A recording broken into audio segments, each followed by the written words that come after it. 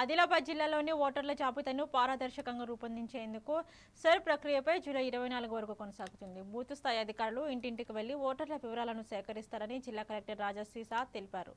అర్హులైన నిజమైన ఓటర్ల పేర్లు ఎట్టి పరిస్థితుల్లోనూ తొలగిపోమని స్పష్టం చేసిన ఆయన సోషల్ మీడియాలోని వస్తున్న వాదంతులను నమ్మవద్దని సూచించారు. జూలై 31న ముసాయిదా ఓటర్ల జాబితా విడుదల చేయనున్నట్లు వెల్లడించారు.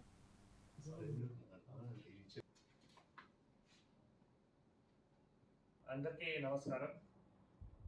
మీ అందరికీ తెలుసు ఈ రోజు నుంచి మళ్ళీ ఎస్ఐఆర్ ప్రక్రియ స్టార్ట్ అయింది తెలంగాణలో, ఆదిలాబాద్ జిల్లాలో కూడా.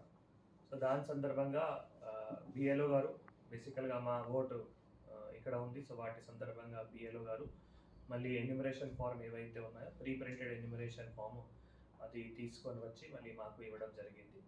అది గతంలో కూడా మ్యాపింగ్ చేశాం కాబట్టి అదే వివరాలు మళ్ళీ నేను ఇప్పుడు నింపి వాళ్ళకి ఇవ్వడం జరిగింది. సో దాంతో మళ్ళీ చేసిన తర్వాత బిఏలో గారు మళ్ళీ అది ఎంట్రీ చేసిన తర్వాత బిఏలో యాప్లో వెరిఫై చేసి మళ్ళీ సబ్మిట్ కూడా చేయడం జరిగింది. సో ఇది బేసికల్గా ఇప్పుడు ఎన్యూమరేషన్ ఫార్మ్ సందర్భంగా ఏవైతే ప్రక్రియ ఉన్నాయో హాల్లో ఉన్నారు దట్ నేను ఒకవేళ నా తల్లి తండ్రి ఓటు బయట రాష్ట్రాల్లో కానీ బయట జిల్లాలో కానీ అది చెప్తే మళ్ళీ నా ఓటు కట్ అవుతాయి అటువంటి. సో దాంతో ఎక్కడైనా బేసికల్గా ఓటు కూడా కట్ అవ్వడం లేదు.